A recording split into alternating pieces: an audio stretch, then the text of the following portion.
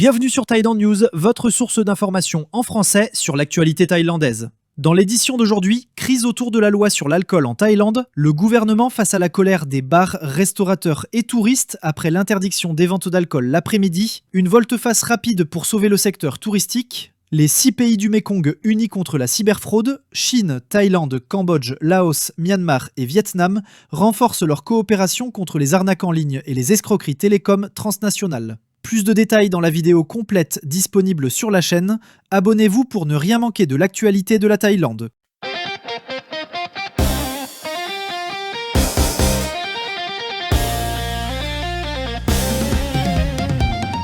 La récente réforme de la loi sur les boissons alcoolisées a déclenché une véritable onde de choc en Thaïlande. Elle met en lumière un dilemme récurrent pour le gouvernement: comment concilier ordre social, santé publique et économie touristique, moteur essentiel du pays. Entrée en vigueur le 8 novembre, la loi interdisant la vente d'alcool entre 14h et 17h, ainsi que la consommation après minuit, a provoqué une vive colère dans le secteur de la restauration, des bars et du tourisme. En une semaine, la contestation a pris une telle ampleur que le gouvernement a dû faire marche arrière. Le 13 novembre, le Comité national de la politique sur l'alcool, présidé par le vice-premier ministre Sophon-Zaroum, et le Comité de contrôle des boissons alcoolisées, dirigé par le ministre de la Santé publique Patana Prompat, ont approuvé un assouplissement. Suppression de l'interdiction de vente l'après-midi et prolongation de la consommation sur place jusqu'à 1h du matin. La vente après minuit reste toutefois interdite. Une période d'essai de 6 mois permettra d'évaluer l'impact économique de ces ajustements tout en préservant une approche prudente en matière de santé publique. Cette volte-face rapide a soulagé les acteurs privés, mais elle révèle aussi les faiblesses structurelles du système de contrôle de l'alcool. Communication confuse, application inégale et objectifs de politique publique fragmentés. Alors que le tourisme reprend et que la vie nocturne renaît, le gouvernement est soumis à une forte pression pour élaborer des règles claires, applicables et compatibles avec l'image internationale du pays. Soulagement pour les professionnels et les touristes. Dans les quartiers animés de Bangkok, la première version du décret a eu l'effet d'un choc. Annulation de réservations, touristes déconcertés, contrôle incohérent. À Khao San Road, au lieu des routards, les opérateurs ont dénoncé une mesure obsolète et économiquement désastreuse. Sangarueng Watanakul, président de l'association des commerçants de Khao San, a salué la décision du gouvernement. Selon lui, l'interdiction de 14h à 17h, instaurée en 1972, n'avait plus aucun sens. Les touristes ne vivent pas au rythme des employés de bureau, a-t-il rappelé. Il a souligné que si Khao San, fréquenté surtout par des Européens, s'en sortait mieux, d'autres zones comme Yaowarat ou Ban That Tong, dépendantes du tourisme chinois, avaient beaucoup souffert. De nombreux exploitants affirment que des règles trop strictes poussent les affaires vers l'économie informelle. Les démarches pour obtenir une licence d'établissement de divertissement étant complexes, certains restaurants fonctionnent dans une zone grise légale. Les professionnels plaident pour un zonage clair, une régulation adaptée et la légalisation des établissements underground afin de réduire la corruption et les paiements officieux. Pour le secteur du service, la période d'essai de 6 mois représente une chance de relancer l'économie, créer des emplois et stabiliser le tourisme à l'approche de la haute saison. Les experts de santé tirent la sonnette d'alarme. Les spécialistes de santé publique, eux, s'inquiètent. Selon eux, céder si vite aux pressions économiques risque d'affaiblir la politique de prévention et de sécurité. Le docteur Polatep Vichitkunakorn, directeur du Centre d'études sur l'alcool, estime que cet assouplissement est préoccupant. Il dénonce notamment la présence du secteur privé au sein du Comité national sur l'alcool, une décision contraire aux recommandations de l'Organisation mondiale de la santé. Il met également en garde contre l'autorisation des distributeurs automatiques d'alcool, difficile à contrôler pour éviter l'accès des mineurs. Selon ces études, prolonger les horaires d'ouverture pourrait augmenter les accidents de 13% et les cas de conduite en état d'ivresse de plus de 100%. Même 1 heure supplémentaire, jusqu'à 1h du matin, doit être suivie de près, car chaque heure de plus se traduit par davantage de blessés et de morts sur les routes. Réformer des règles arbitraires. Le Thailand Development Research Institute, TDRI, adopte une position plus nuancée. Sa chercheuse principale, Thantip Srisu Anaket, juge l'interdiction de l'après-midi irrationnelle et dépassée. Elle propose plutôt une interdiction uniforme à partir de minuit. Mais le TDRI ne prône pas une libéralisation totale. Les restrictions après minuit doivent être maintenues pour réduire les risques d'accidents. Les interdictions durant les grandes fêtes bouddhistes, elles, contribuent à limiter les excès prolongés.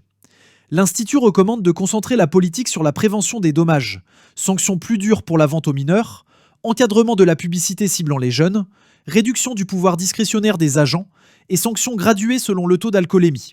Il propose également d'imposer aux bars ouverts tard de financer des services de transport sécurisés, intégrés dans la facture du client, afin de décourager la conduite en état d'ivresse sans nuire au tourisme. Des lois difficiles à appliquer. Même avec ces ajustements, tout le monde s'accorde sur un point. Sans application claire et cohérente, les règles échoueront. À Pattaya, les confusions abondent.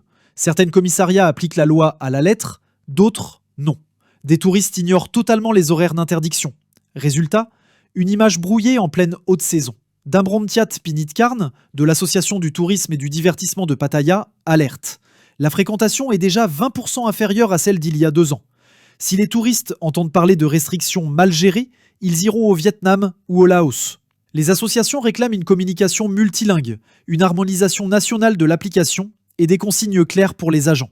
Faute de quoi, la confusion de novembre risque de se répéter, un équilibre difficile à trouver. Cette crise révèle un clivage profond entre deux visions, la santé publique d'un côté et la survie économique de l'autre. Le Premier ministre, Anutin Charnvirakul, doit jongler entre son image de réformateur sanitaire et la dépendance du pays au tourisme. Le recul sur l'interdiction de l'après-midi n'est pas qu'une concession, c'est la reconnaissance que les lois moralisatrices rigides peuvent nuire à l'économie. Le gouvernement doit maintenant clarifier sa stratégie. Veut-il que la régulation de l'alcool serve avant tout la santé publique, l'économie ou un compromis entre les deux? Regard vers l'avenir. Les 6 prochains mois seront décisifs. Ils permettront d'évaluer l'impact des nouvelles règles, mais aussi de tester les limites du système.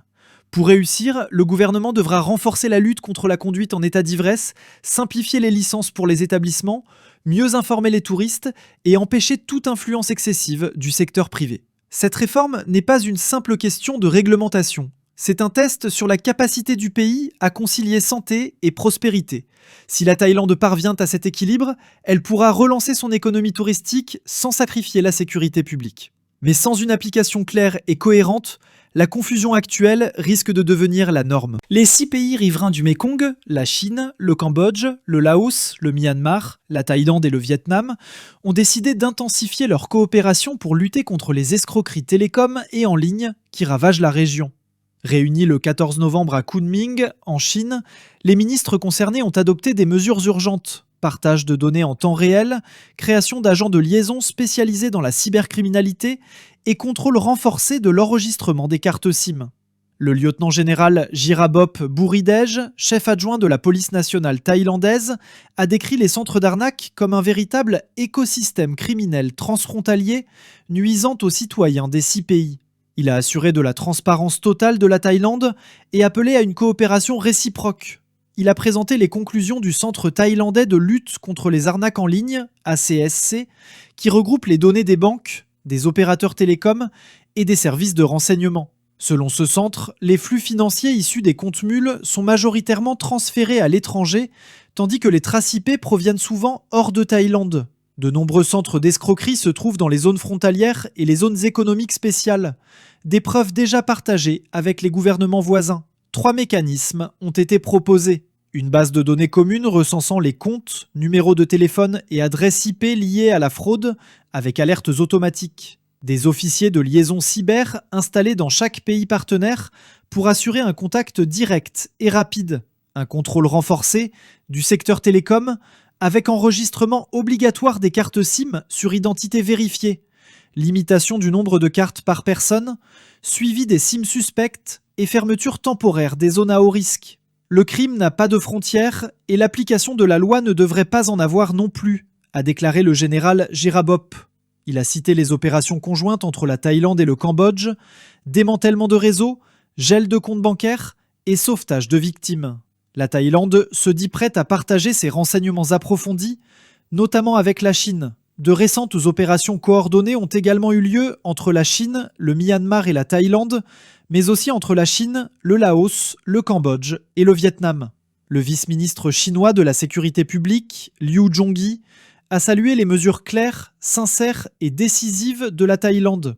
Les 6 pays ont validé 21 axes de coopération, incluant les opérations conjointes, l'échange de preuves, l'extradition des suspects, la saisie d'actifs, la tenue de réunions annuelles, la mise en place de canaux d'intelligence partagés, des partenariats avec les ONG et des campagnes multilingues de sensibilisation. Merci d'avoir regardé.